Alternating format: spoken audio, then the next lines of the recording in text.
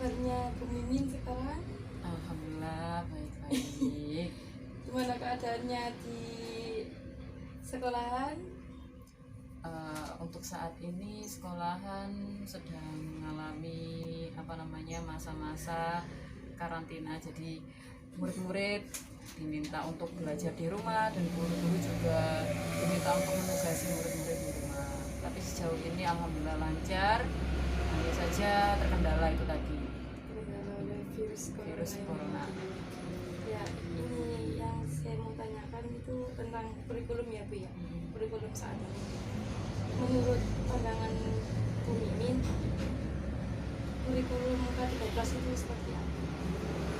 Kurikulum K13 menurut saya merupakan progres dari kurikulum KTSP yang dulunya, kalau kita tahu kurikulum KTSP itu lebih menonjolkan peran guru. Tapi kalau sekarang kurikulum K13 ini yang lebih ditonjolkan adalah siswa, bagaimana peran siswa untuk berkreasi, bagaimana peran siswa untuk mengeksplor dirinya dengan materi-materi yang sudah ditentukan oleh K13. Ini ya Bu, ada yang bilang seperti ini. Apakah benar di kurikulum K13 ini meringankan guru secara administrasi? Kalau meringankan guru secara administrasi, saya rasa sama saja. Dalam artian kalau KTSP juga administrasinya dalam artian membuat RPP ya sama, kalau K13 juga membuat RPP juga sama. Tapi yang membedakan itu tadi kreativitas siswa. Nah, itu dimudahkan guru. Jadi sebenarnya guru itu dimudahkan karena siswa yang mengeksplor dirinya. Jadi guru itu pemantik. Sekarang guru itu pemantik siswa, bukan guru yang maksudnya bukan terfokus pada gurunya, tapi siswanya yang lebih aktif. Terus untuk model pembelajarannya sendiri seperti apa? Kalau model pembelajarannya untuk K13 itu lebih banyak ke praktek. Jadi kalau kita pernah melihat atau maksudnya kalau kita menerapkan KTSP itu kan guru diminta untuk bla bla bla bla bla. Tapi kalau sekarang K13 yang ini siswa yang diminta untuk berkreasi. Terus untuk aplikasinya jadi lebih banyak ke prakteknya, lebih banyak ke analisis lingkungan, kemudian peran aplikasi di masyarakat juga lebih ke situ. Untuk yang kreasinya sudah menciptakan hasil karya apa dari sekolah MTS sebesarnya? Untuk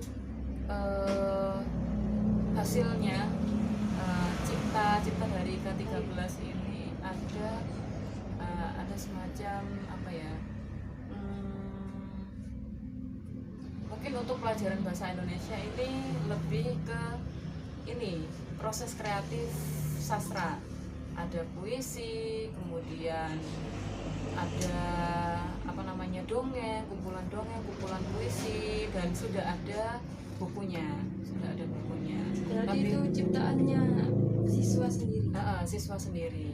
Tapi untuk mapel yang lain juga ada semacam, kalau praktek matematika, jadi kita membuat balok dari karton, kemudian dihitung rumusnya berapa, itu ada. Kalau dari sains sendiri ada mungkin guru. Strategi pembelajaran di MTSM 11 Tengah itu seperti apa?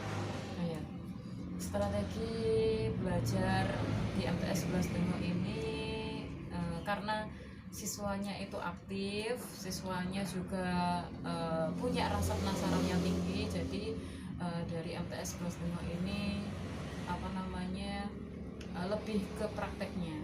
Jadi dalam hal membuat apa, terus kerajinan, pokoknya bagaimana caranya siswa itu lebih memforsir tenaganya untuk praktek, untuk pekerjaan maksudnya dalam pekerjaan yang berkaitan dengan mapel itu tadi, praktek, latihan, olahraga misalkan, ya itu. Betul. Itu Mbak. Betul. Adakah kendala-kendala dalam pembelajaran di sekolah? Kendala itu kalau ya pastinya ada, tapi hanya seberapa. Jadi kendalanya itu ketika apa ya, ada kadang ada siswa yang terlambat, kemudian kita mengulang kembali materi itu, kadang juga apalagi apa ya mungkin itu saja kendalanya. Paling banyak itu ya, Mbak, ya? Paling banyak itu.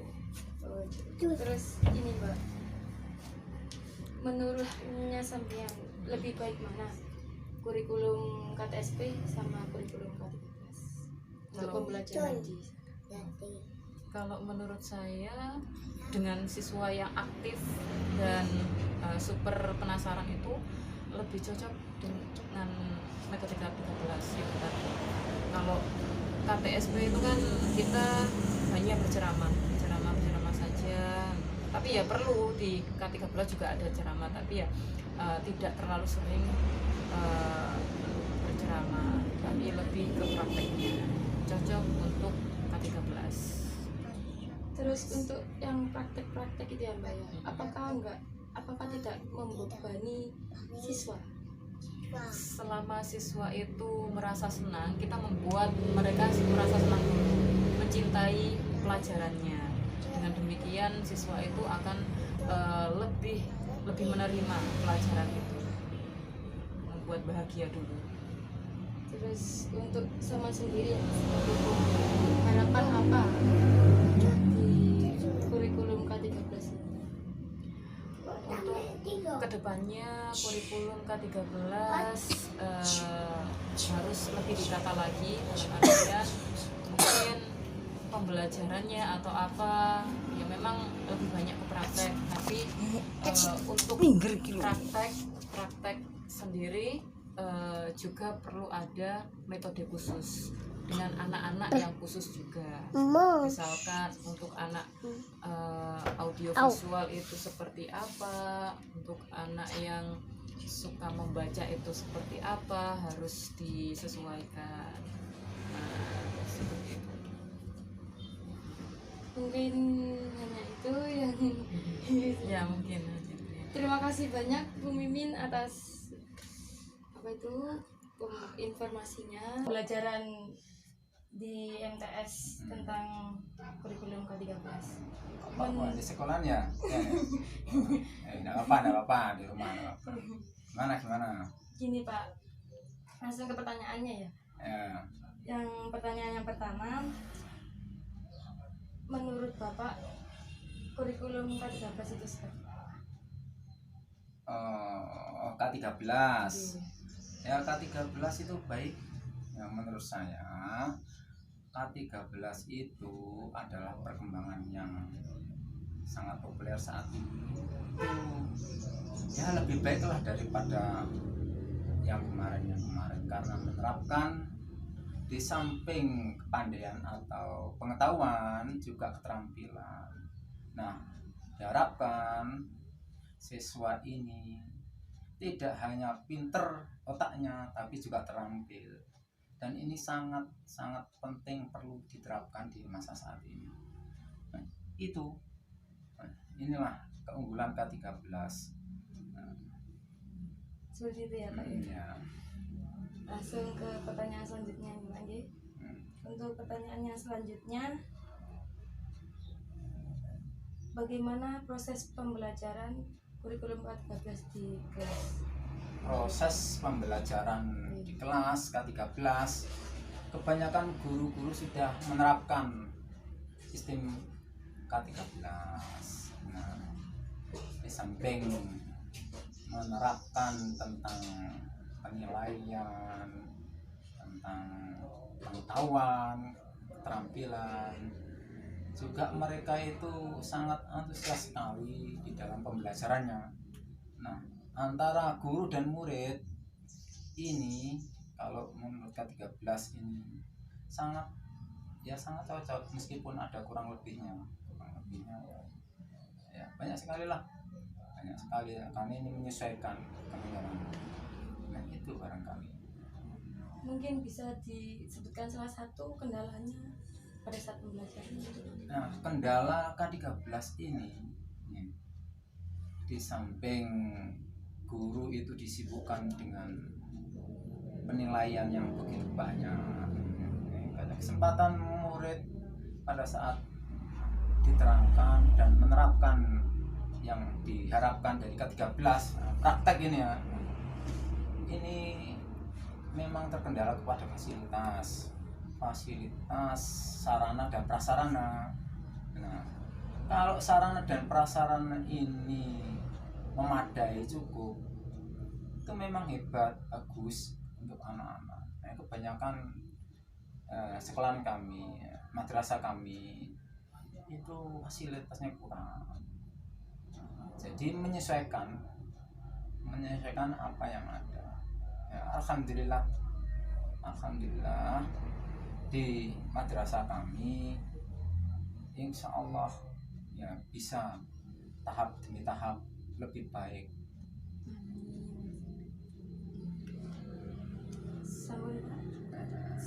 Selanjutnya untuk ke pertanyaan yang ketiga, mungkin strategi pembelajarannya apa? Strategi pembelajaran K13, guru-guru ini menerapkan sistem metode saintifik ya. Mungkin ada beberapa, misalnya mengamati 5M gitu ya, mengamati, kemudian menilai, kemudian mengumpulkan, kemudian mengevaluasi, kemudian mengkomunikasikan, ya semacam itulah 5M yang disebutkan ini. Dan selain itu juga yang terpenting adalah memang yang saya sebutkan tadi, sarana dan prasarana ini sangat menunjang K13. Namun demikian kami bisa mengantisipasi dengan sesuai yang keadaan yang kita punya, misalnya fasilitas yang ada di situ kita gunakan. Dan ini sangat menunjang pelajaran itu. Terus ini mungkin pertanyaan yang terakhir ya Pak ya. Menurut Anda, apa harapan Anda pada kurikulum K13 ini? Harapan saya K13 ini ya diterapkan maksimal. Nah, dalam arti maksimal itu memang K13 itu beda dengan KTSB. Jadi tidak hanya pengetahuan saja, ya keterampilan dan pengetahuan si anak ini memperoleh hasil, memperoleh keahlian khusus untuk ilmu yang diperoleh tadi. Tidak hanya keterampilan pandai, tapi bisa menghasilkan sebuah karya, dan ini penting untuk diterapkan masa saat ini. Karya apa saja ya, contohnya saja ya, membuat ide dari anak-anak itu membuat mobil, minimal kecil-kecilan, mobil-mobilan, atau bisa juga mobil besar, bisa juga kerajinan dan lain sebagainya. Tidak hanya itu, yang sekarang saat ini ditekankan adalah membuat kecil-kecilan literasi ya, seperti sekarang ini digembar-gemborkan membuat buku cipta. Itu saja sudah cukup saya kira, kalau tidak bisa keterampilan membuat kapal terbang misalnya. Ya, ini kan itu ya. Yang penting lagi harapan saya, anak-anak itu tidak hanya pinter kemudian menerapkan, yang terpenting adalah akhlak, sikap. Nah, sikap ini sangat penting untuk generasi mendatang, generasi bangsa Indonesia. Kalau akhlaknya jelek, kalau akhlaknya rusak, nah ini gimana? Meskipun pintar, pandai, membuat ini, tapi kenyataan iman, impactnya, iman dan takwanya rendah, akhlaknya eledut, nah akan bobrok juga negara kita. Jadi tidak hanya pandai dalam menerapkan teknologi saat ini, teknologi kan sekarang, juga pinter agama, bukan ngaji toh ya. Termasuk ilmu agama ini yang diterapkan, penting sekali. Itu harapan saya. Semua mempunyai harapan bahwa bangsa ini kalau dipegang oleh generasi yang lemah, generasi yang sangat bobrok akhlaknya, maka akan rusak negara. Pemimpin itu harus mempunyai akhlak yang baik. Terus Allah ini termasuk harus ada diingat situ. Terima kasih Bapak atas waktunya. Semoga wawancara ini bermanfaat bagi kami semua. Terima kasih.